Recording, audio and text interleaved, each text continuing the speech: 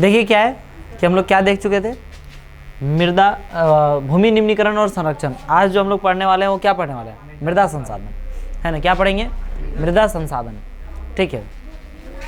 तो मृदा संसाधन में हम लोग देखेंगे कि क्या क्या होते हैं, ये लास्ट टॉपिक है, ठीक है, इस चैप्टर का।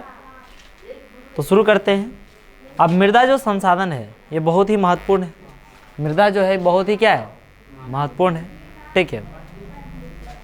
देखिए क्या है, मिट्टी अथवा मृदा सबसे महत्वपूर्ण नवीकरण योग्य प्राकृतिक संसाधन है।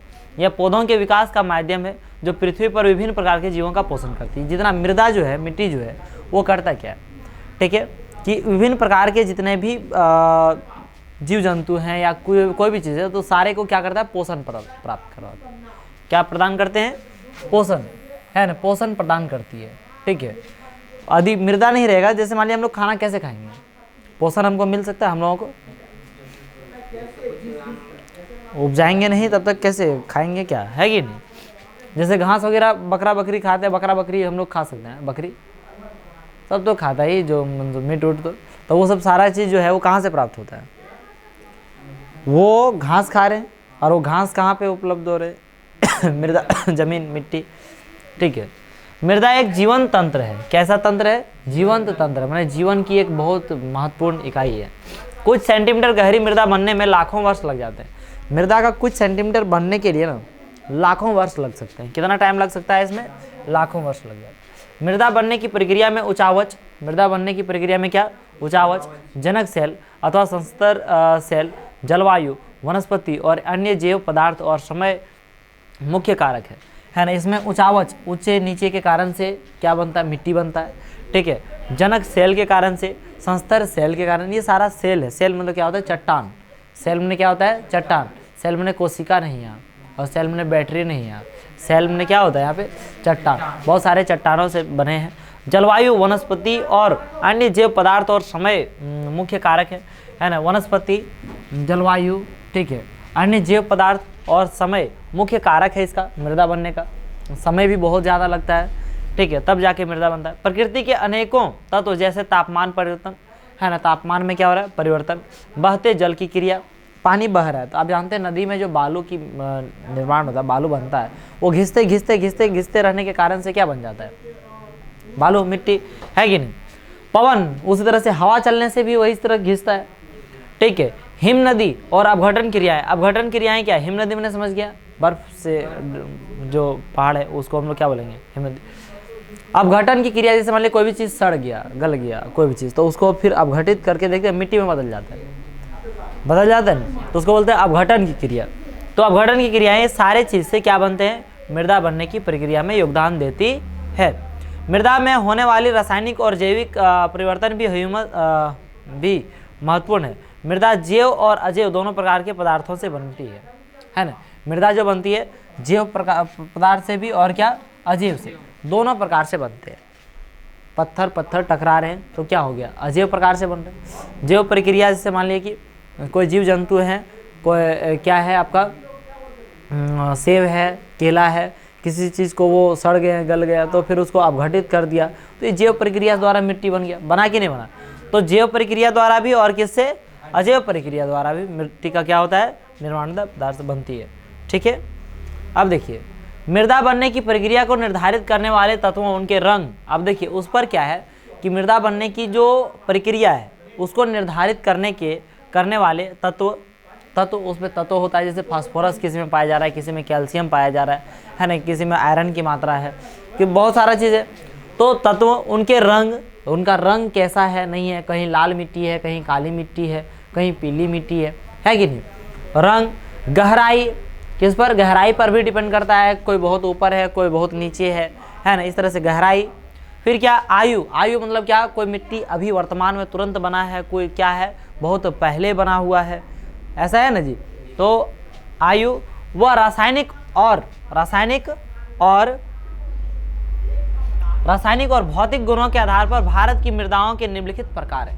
उसको भारत की मृदाओं को नीचे के प्रकारों में कुछ क्या किया गया है, वर्गीकरण किया गया है। यहाँ पे जो प्रकार है वो क्या आप देख पा रहे होंगे। पहला प्रकार जलोढ़ मृदा है। कौन सी मृदा, जलोढ़ मृदा। जलोढ़ मृदा कहते किसको है, जलोढ़ मृदा कहते किसको?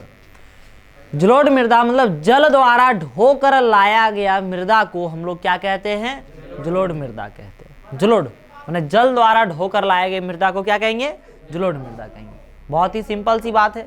जल द्वारा हमने जल आ रहे हैं, उसके साथ पानी के साथ बहते बहते कुछ मिट्टी आ रहे हैं, तो उसको हम लोग क्या कहेंगे? जलोढ़ मृदा कहेंगे।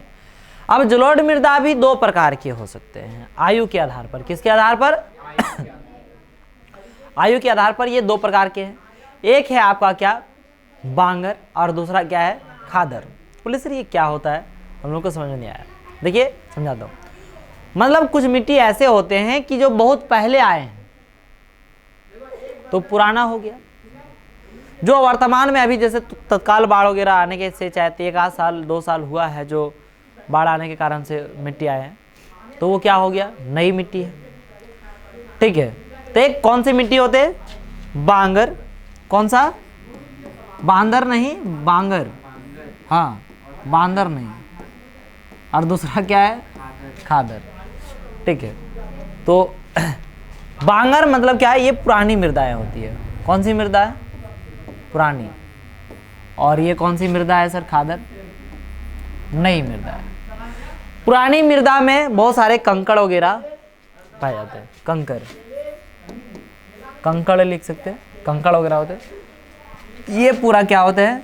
महीन होते हैं। क्या होते हैं? महीन। ऊपर पाए जाते हैं। ये ऊपरी परत में पाए जाते हैं। कहाँ पे पाए जाते हैं? ऊपरी परत। ये कहाँ पे पाए जाते हैं? नीचे। कौन? बांगर। और खादर कहाँ होते हैं? ऊपरी। नई मृदा ये।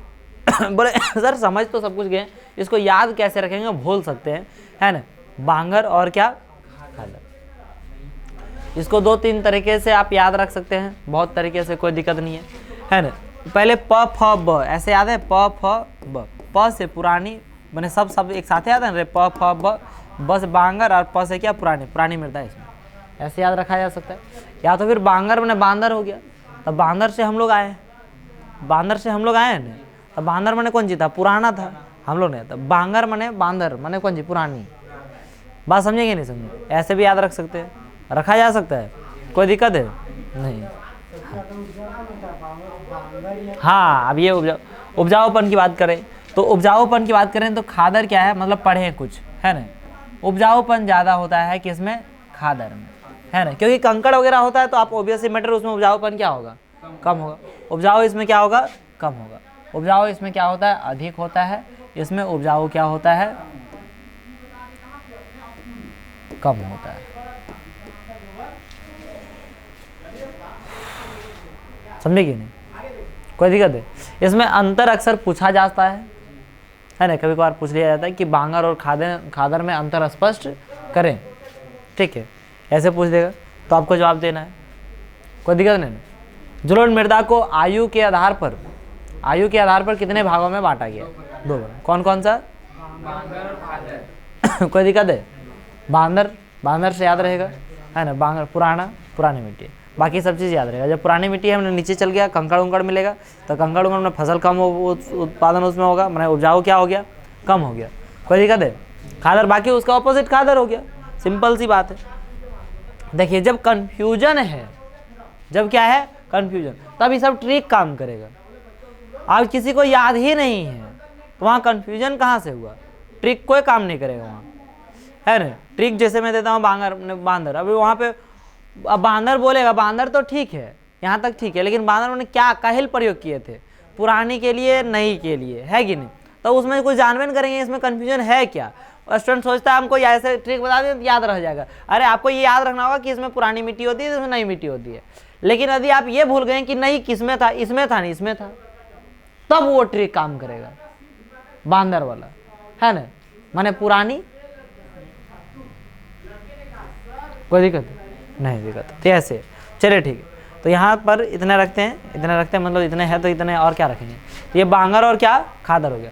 देखिए यहाँ पे थोड़ा सा इसके बारे में पढ़ेंगे। देखिए यह मृदा विस्तृत रूप से फैली हुई है और यह देश की महत्वपूर्ण मृदा है। वास्तव में संपूर्ण उत्तरी मैदान, संपूर्ण जो उत्तरी मैदान है, उत्तरी मैदान आप जानते हैं 9th क्लास में भी पढ़े होंगे, तो उत्तरी मैदान जो है वो किससे बना हुआ है? जलोढ़ मृदा से बना है। किससे बना हुआ है? जलोढ़ मृदा से। यह मृदाएं हिमालय के 3 महत्वपूर्ण नदी तंत्रों 3 ठो महत्वपूर्ण नदी तंत्र है, उसी से ये निर्माण हुआ है। सिंधु, गंगा और क्या, ब्रह्मपुत्र, इसी द्वारा लाया गया और इसी से निक्षेप प्राप्त हुआ। निक्षेप माने क्या होता है, किसी पर ढक देना, ऊपर के परत में जम जाना, ठीक है।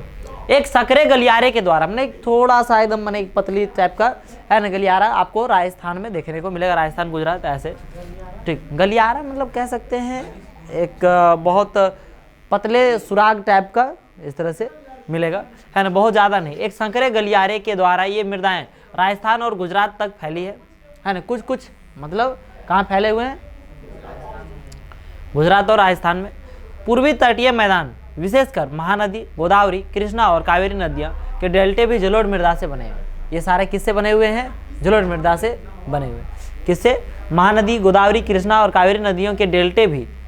चलिए देखिए, तो समझ में आ गया। जलोढ़ क्या बोलता है, डेल्टा किसको बोलते हैं, जब दो नदी जो है मिल जाती है, दो नदी क्या होती है, मिलती है, तो उससे पहले जितने भी मिट्टी उसमें क्षेत्र में आ रहे हैं, उस क्षेत्र को हम लोग क्या कहेंगे, जिससे ढक जाता है साइड साइड में, उस मिट्टी को हम लोग क्या कहते हैं, डेल्टा क्षेत्र।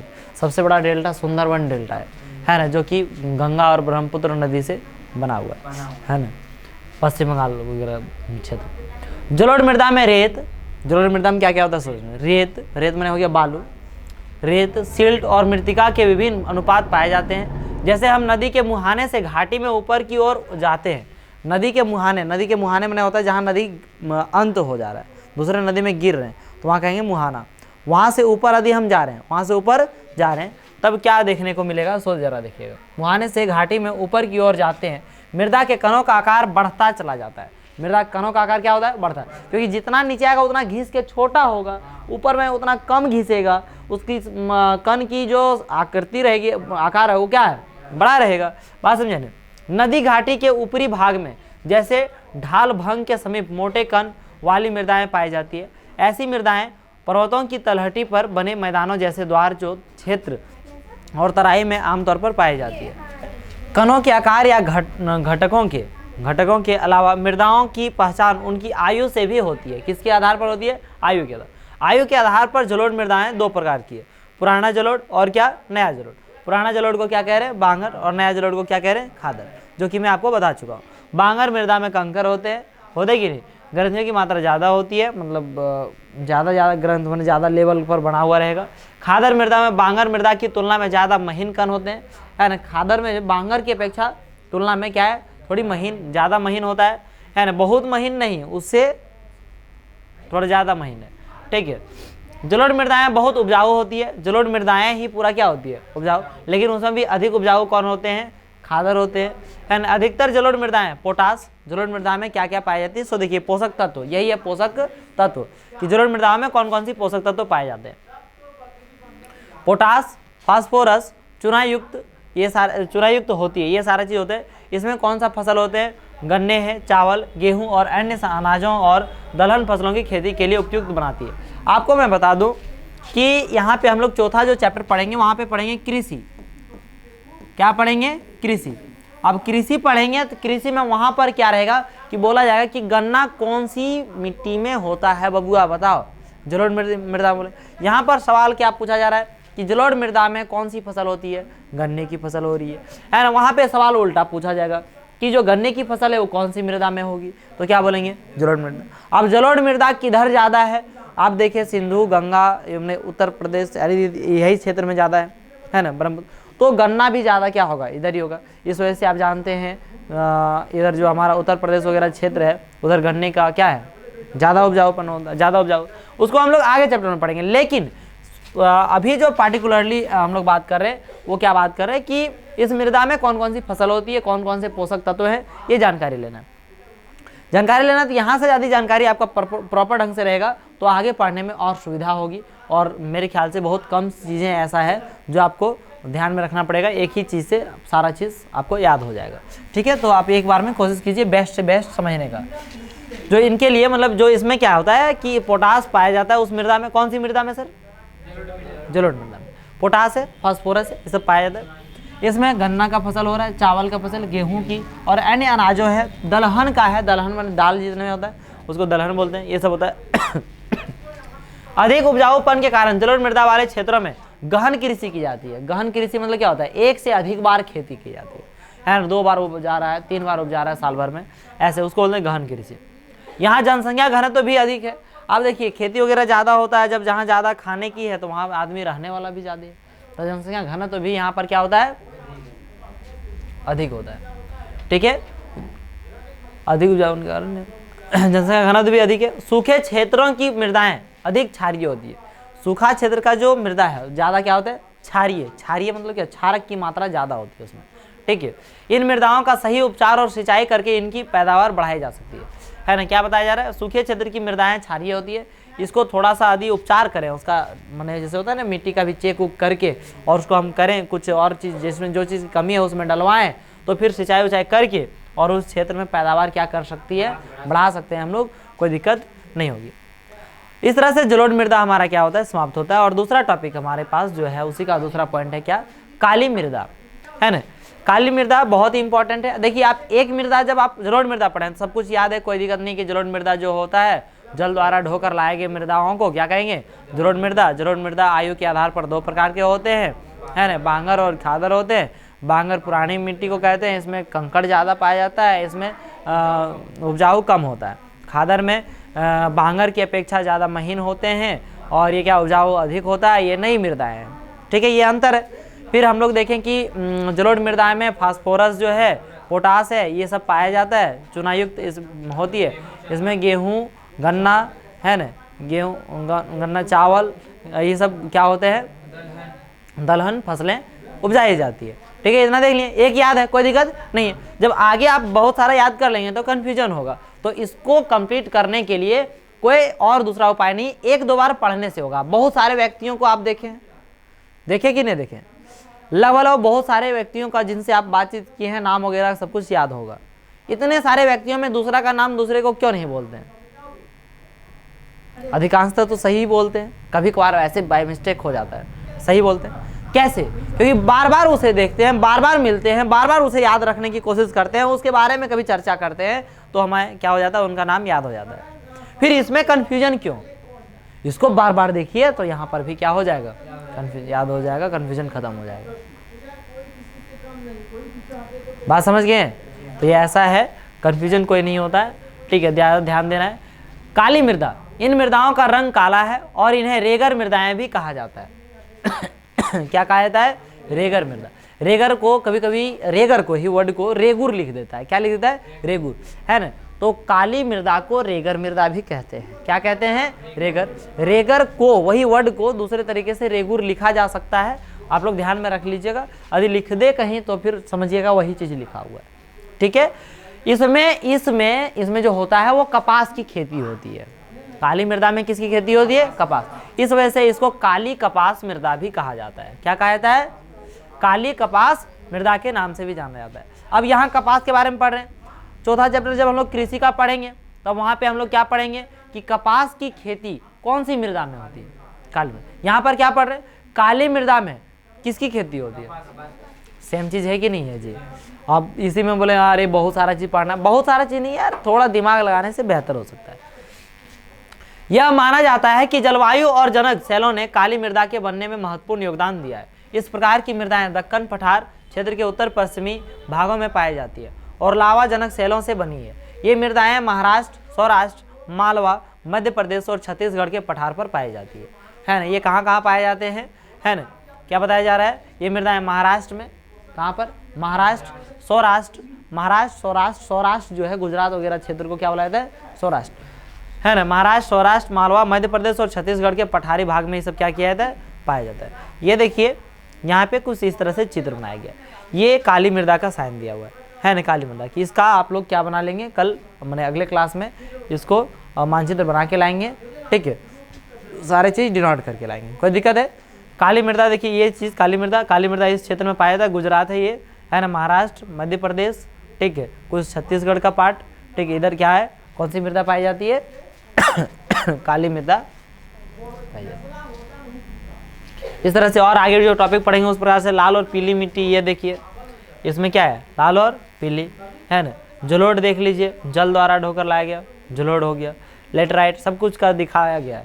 ठीक है, उस अनुसार से आप इसको जान सकते हैं। इसका मानचित्र आपको बनाना है, नहीं इसको बना लीजिएगा, हाँ, इसको बना लेना है मानचित्र में, ठीक है। यहाँ पे हम आगे देखेंगे, है ना, पाई जाती।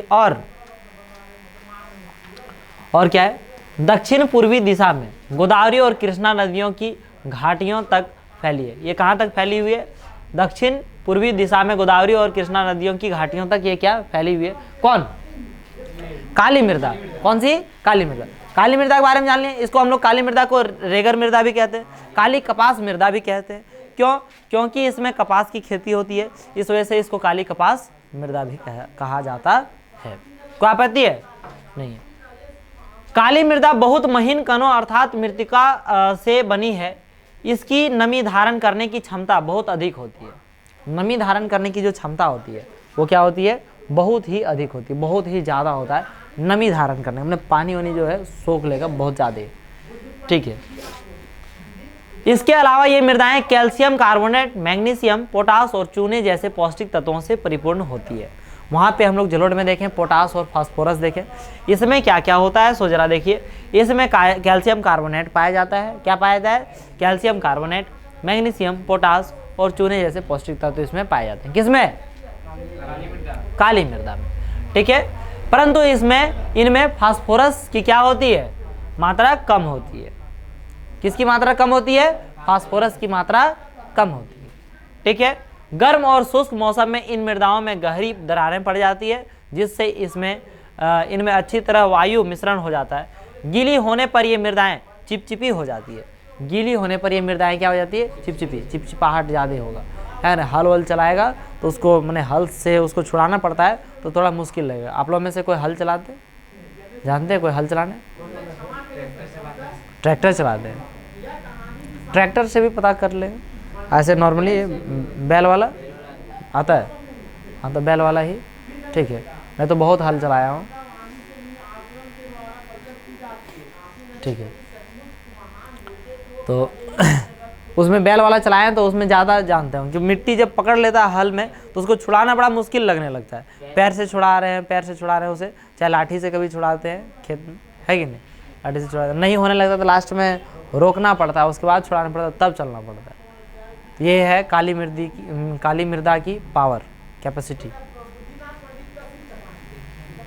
देखें, ठीक है। लेकिन किए नहीं है।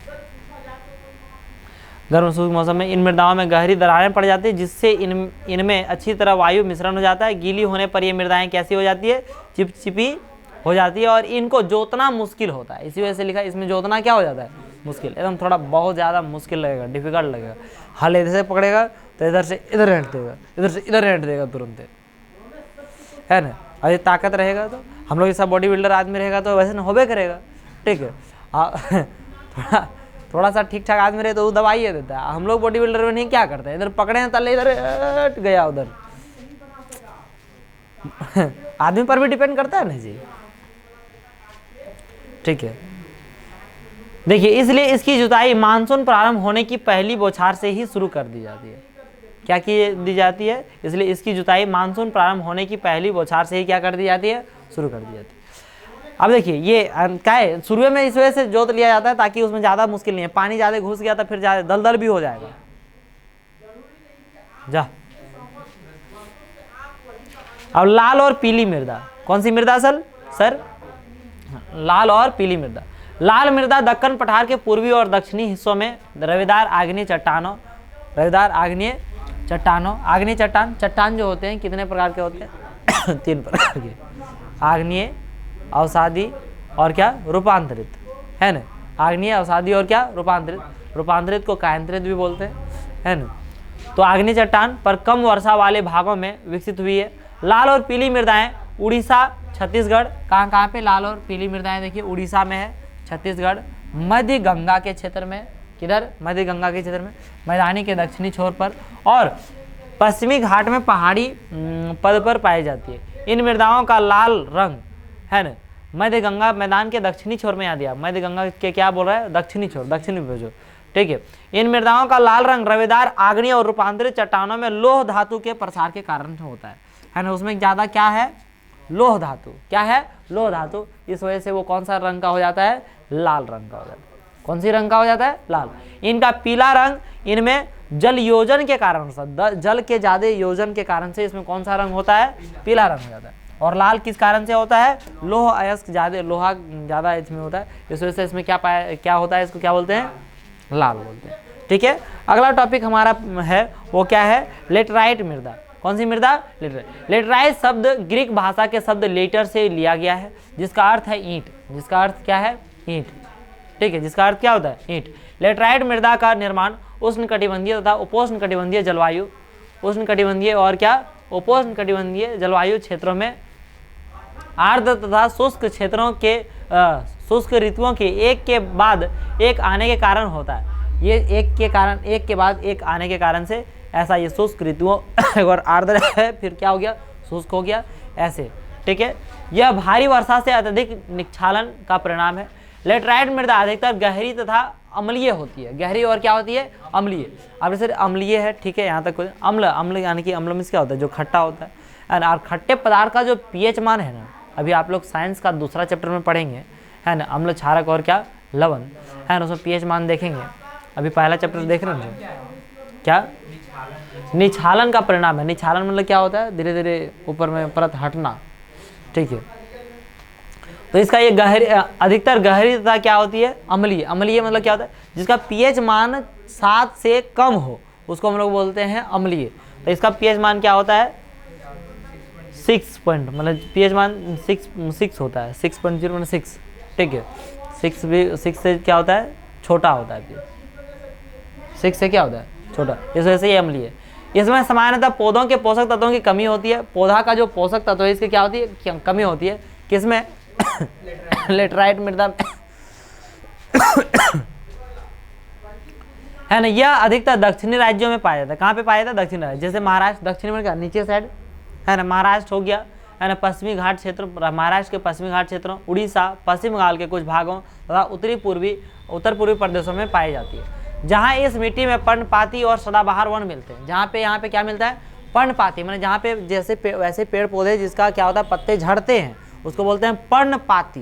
पर्ण मने टूटना, पाती मने पत्ता, है ना, जो पत्ते टूटते हैं, उसको हम लोग क्या बोलते हैं, पर्णपाती। जहाँ इस मिट्टी में पर्णपाती और सदाबहार वन मिलते हैं, वहाँ इसमें ह्यूमस पर्याप्त रूप में पाया जाता है। लेकिन विरल वनस्पति, क्या बताया जा रहा है, विरल वनस्पति। विरल मने क्या होता है, विरल मीन्स क्या होता है, जिसको हम लोग अपने खोठा में बोल सकते हैं पातर। पातर बुझते हैं, है ना, जैसे गार, और एक होता है पातर, घना और क्या होता है, कम घना, ऐसे बोल सकते हैं, है ना। उसी को विरल और सघन बोलते हैं। हिंदी में क्या बोलते हैं, विरल और क्या बोलते हैं, सघन। विरल और क्या बोलते हैं, सघन। ठीक है, तो यहाँ पे क्या है कि इसमें वनस्पति जो पाए जाते हैं वो कैसे होते हैं, विरल। विरल वनस्पति और अर्ध शुष्क पर्यावरण में इसमें ह्यूमस की मात्रा कम पाई जाती है। ह्यूमस माने क्या होता है, ह्यूमस माने मिट्टी का उपजाऊपन को जो बढ़ाते हैं उसको बोलते हैं क्या, ह्यूमस। ठीक है, स्थल रूपों पर उनकी स्थिति के अनुसार उनमें अपर्दन तथा भूमि निम्नीकरण की संभावना होती है। इसमें अपर्दन ज्यादा हो सकता है। अपर्दन क्या होता है, ज्यादा। अपर्दन माने क्या होता है, मिट्टी को कट जाना, बह जाना, इसको हम लोग क्या बोलते हैं, अपर्दन। तथा भूमि निम्नीकरण की संभावना होती है।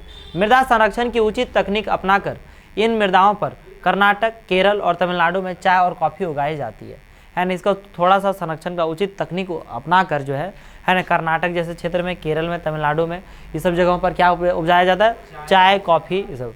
चाय बोलो, चाय, चाय है ना। सब वो सब चीज़ देखते हैं, एक बार देखते हैं तो याद रहता है क्या है, क्यों, क्योंकि वहाँ से ध्यान हटता नहीं। ध्यान हटता नहीं हटाने से, किससे,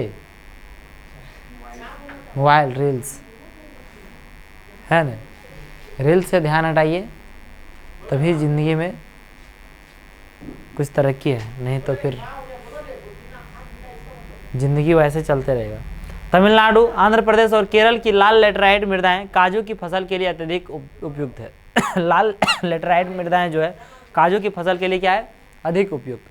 अब देखिए, अब जब काजू की फसल इधर होती है, अब वहाँ पे काजू के बारे में पढ़ेंगे, तब क्या पढ़ेंगे, सब कुछ है कि लेटराइट मृदा जो है तमिलनाडु, आंध्र प्रदेश में पाया जाता है, केरल में पाया जाता है। और लेटराइट मृदा में, लाल लेटराइट मृदा में क्या होता है, काजू की फसल होता है। सब चीज़ यहीं रिलेटेड है यार, क्या मरुस्थलीय मृदा, मरुस्थलीय मृदा में क्या होता है? मरुस्थलीय में जहाँ पे सूखा क्षेत्र, राजस्थान क्षेत्र, मरुस्थल क्षेत्र हमारे देश में है कि नहीं। तो मरुस्थलीय मृदाओं का रंग लाल और भूरा होता है। ये मृदाएं आमतौर पर रेतीली और लवणीय होती है। कुछ क्षेत्रों में नमक की मात्रा इतनी अधिक है कि झीलों से जल वाष्पीकृत करके खाने का नमक भी बनाया जाता है। शुष्क जलवायु और उच्च तापमान के कारण जल वाष्पन दर अधिक है। जल वाष्पन दर जो है क्या है? अधिक। जल की जो वाष्पीकृत होता है वो क्या होता है?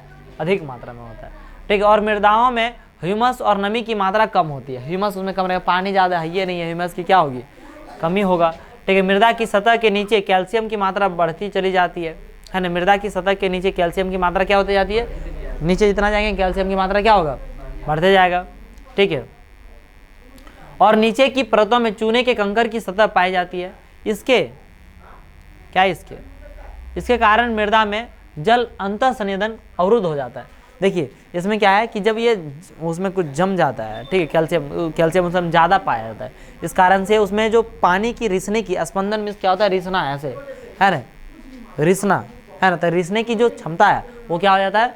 कम हो जाता है, अवरुद्ध हो जाता है, बंद हो जाता है, रुक जाता है ना। इस मृदा को सही तरीके से सिंचित करके कृषि योग्य बनाया जा सकता है, जैसा कि पश्चिमी राजस्थान में हो रहा है। किधर हो रहा है?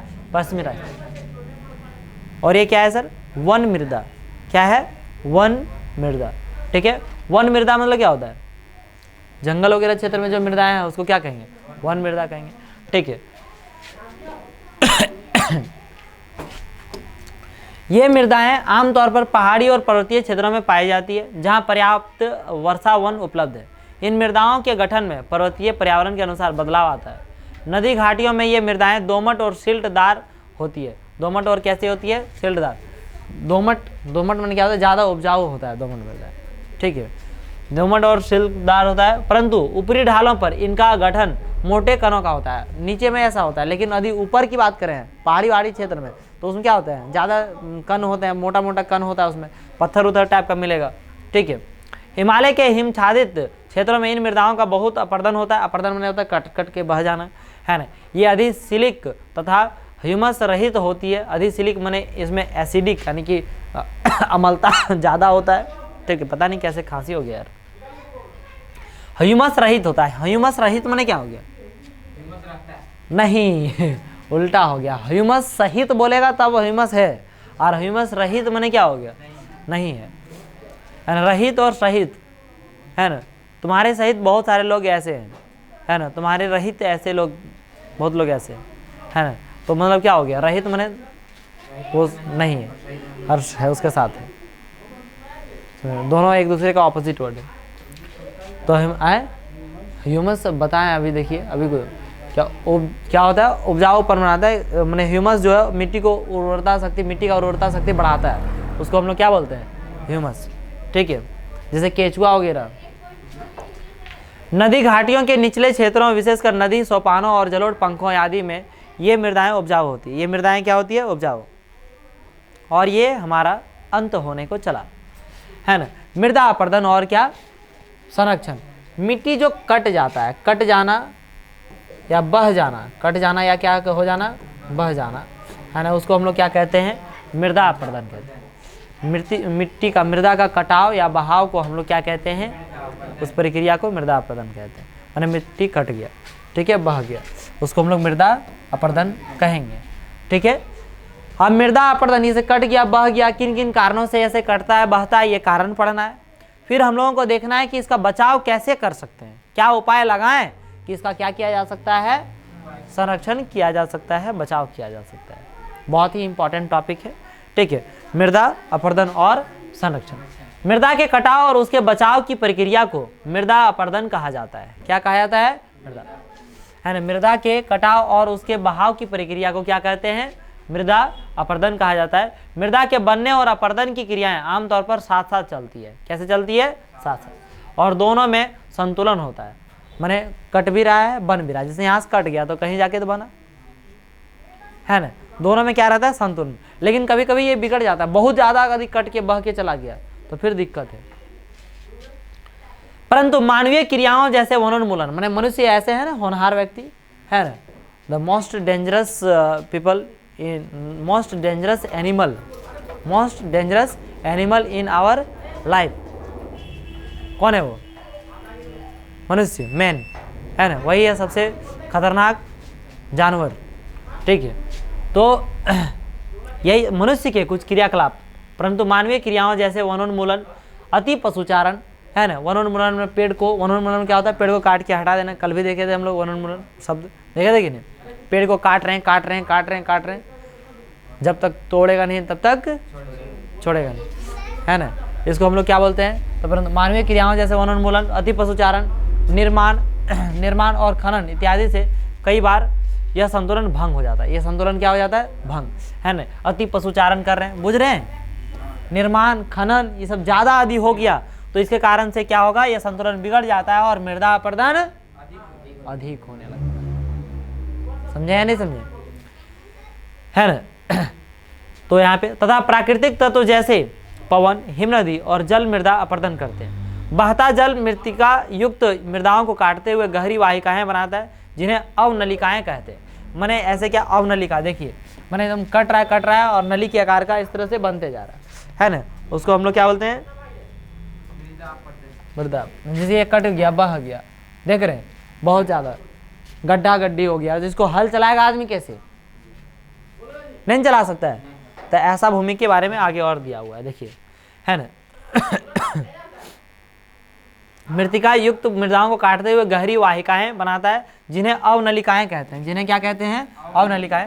ऐसी भूमि जोतने योग्य नहीं रहती है, जोतने योग्य नहीं रहता है ना, उबड़ खाबड़ हो जाता है, उबड़ खाबड़। इस वजह से इस भूमि को क्या कहा जाता है? उत्खाद भूमि कहा जाता है। क्या कहा जाता है? उत्खाद, उबड़ खाबड़, है ना, ऐसे बोल दो, उबड़ खाबड़ माने गड्ढा गुड्ढी को है तो क्या? उबड़ खाड़। तो उसको हम लोग कौन सा भूमि कहेंगे? उत्खाद भूमि कहेंगे, जो कि जोतने के योग्य ये नहीं होता। समझ लिए? जोतने योग्य नहीं है। ठीक है, अब देखिए क्या है। चंबल बेसिन में ऐसी भूमि को खड़ड़ भूमि कहा जाता है। चंबल बेसिन में, चंबल जो है नदी है, चंबल बेसिन में ऐसी नदी को क्या कहा जाता है? क्या कहा जाता है? खड़ड़। आगे और नहीं था जी इसमें, अच्छा आगे अगला पेज में है ना, खड़ड़ कहा जाता है। कहाँ पे? चंबल। कई बार जल विस्तृत क्षेत्र को ढके हुए ढाल के साथ नीचे की ओर बहता है। ऐसी स्थिति में इस क्षेत्र की ऊपरी मृदा घुलकर जल के साथ बह जाती है। इसे चादर अपरदन कहा जाता है। हमने हल्के से निकल गया, पानी जा रहे हैं, उसके साथ में मिट्टी भी जा रहे हैं, है ना। हम तो जाएंगे सनम, तुझे भी साथ लेकर जाएंगे। ठीक है, साथ लेकर चले गए और तो दोनों क्या हो गया? उसको हम लोग क्या करते हैं? चादर अपरदन। हल्के से लेकर गया तो उसको हम लोग कौन सा अपरदन कहेंगे? चादर अपरदन। ठीक है। पवन द्वारा मैदान अथवा ढालू क्षेत्र से मृदा को उड़ा ले जाने की प्रक्रिया को पवन अपरदन कहा जाता है। अब पवन आएगा, पवन उड़ा के लेके चल जाएगा तो उसको कौन सा अपरदन कहेंगे? पवन अपरदन, है ना। जल द्वारा लेके गया तो जल अपरदन। ठीक है, पवन लेके चला गया तो पवन, आनंद लेके चला गया तो आनंद अपरदन। ऐसा पवन लेके चला गया दावन। कृषि के गलत तरीकों से भी मृदा अपरदन होता है बाबू। कृषि का गलत तरीका यदि अपनाया है तो मृदा अपरदन होगा, है ना। कैसे होगा? कि मान लीजिए कि आप यदि क्या है, कोई ढलाव क्षेत्र है, आपका खेत ढलाव क्षेत्र है, आप सीधा सीधी ऐसे जोत दिए, तो ऐसे भूमि में ऐसे जोतने से क्या होगा कि पानी इधर पड़ेगा तो सारे मिट्टी जो है, नाले टाइप का, अवनलिका टाइप का पहले से बना हुआ, पानी पड़ेगा, है ना, सब मिट्टी को साथ में बहा के लेके चल जाए और बोलेगा हम तो जाएंगे और तुझे भी साथ ले। ठीक है, तो इसको जल अपरदन, मिट्टी कट के एकदम बह जा रहा है ना।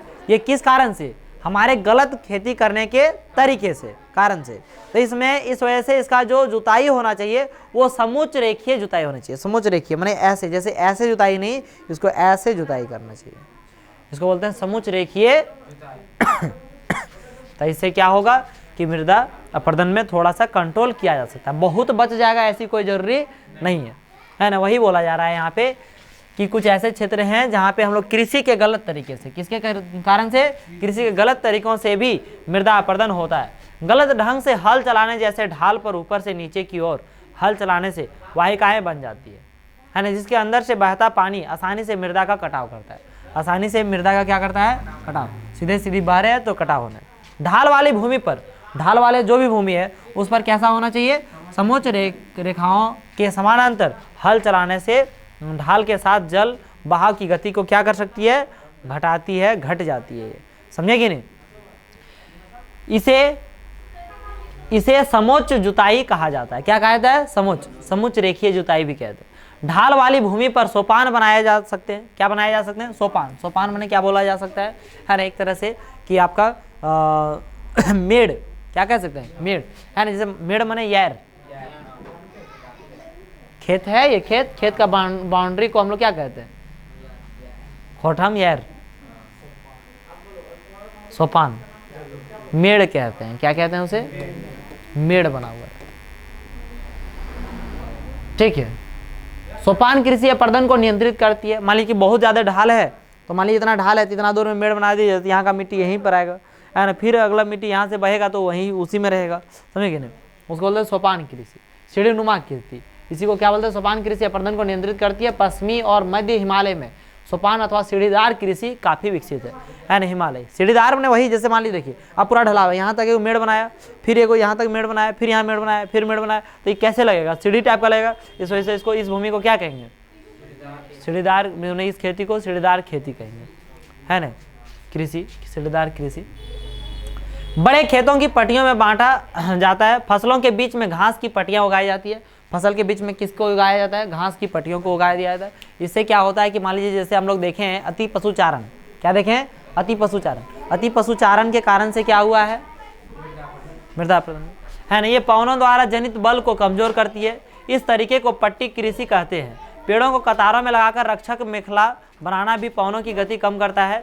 इन रक्षक पट्टियों का पश्चिम भारत में रेत के टीलों के अस्थायीकरण में महत्वपूर्ण योगदान रहा है। तो इसमें हम लोग जो है मृदा अपरदन को जो बचा सकते हैं, वो कैसे बचा सकते हैं? आप देख लीजिए कि सीढ़ीदार खेती करके बचा सकते हैं, है ना, सीढ़ीदार खेती कर। ठीक है। फिर क्या, सीढ़ीदार कृषि को हम लोग क्या बोलेंगे? सोपान कृषि भी वे कहते हैं कि नहीं कहते हैं? फिर क्या, उसमें हम लोग क्या कर सकते हैं, है ना, घास की पट्टियाँ लगाकर, घास की क्या लगाकर? पट्टियाँ लगाकर, है ना। पहला हो गया, दूसरा हो गया, ठीक है। तीसरा है मतलब घास ज़्यादा लगा हुआ है तो भूमि में, तो इसे हम बोल सकते हैं। ठीक है, इस तरह पट्टी कृषि कहते हैं, है ना। फिर क्या, पेड़ों को कतारों में लगाकर रक्षक मेखला बनाकर। क्या रक्षक मेखला? मैंने कतार, लाइन बाय लाइन लगा दीजिए पेड़ को, उसको हम लोग क्या बोलते हैं? रक्षक मेखला। ठीक है। इससे मृदा को क्या कर सकते हैं? अपरदन होने से क्या कर सकते हैं? बचा सकते हैं।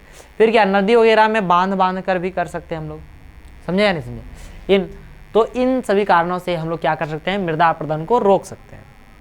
इसका पूरा डिटेल लिखने के लिए बोला जाएगा कि एक टॉपिक लिख कर उसके में थोड़ा सा 2-4 लाइन लिख दीजिएगा, है ना। सीढ़ीदार खेती में एक लिख कर और 2-4 लाइन लिख दीजिएगा किधर सीढ़ीदार खेती होता है। जैसे हिमालय के क्षेत्र में, मध्य हिमालय के क्षेत्र में, इधर पश्चिमी, इसमें क्या होता है? सीढ़ीदार खेती होता है। तो वही सब सारा चीज़ लिखना है। रक्षक मेखला मतलब पेड़ों को एक कतार में लगा देंगे जब अधिक मात्रा में, तो उससे क्या होगा? मृदा अपरदन को रोका जा सकता है। ठीक है, इस तरह से लिख देंगे, पॉइंट वाइज हो गया। तो यही पूछा जाएगा कि मृदा संरक्षण का क्या उपाय है, उसे लिखे, तो ऐसे लिख सकते हैं। कोई आपत्ति है? ऐसे ही क्वेश्चन क्या होता है, क्वेश्चन टॉपिक, ये चैप्टर क्या समाप्त होता है। और आगे हम लोग क्या पढ़ेंगे? मैथ्स पढ़ेंगे। क्या पढ़ेंगे? मैथ्स, जैसा कि मैं आप लोगों को रूटीन में पहले लिखवा चुका हूँ। कोई दिक्कत नहीं? तो इसी के साथ आज का क्लास समाप्त करते हैं। मिलते हैं आप लोगों के साथ अगले क्लास में और आप लोगों के साथ अगले वीडियो में। जय हिंद।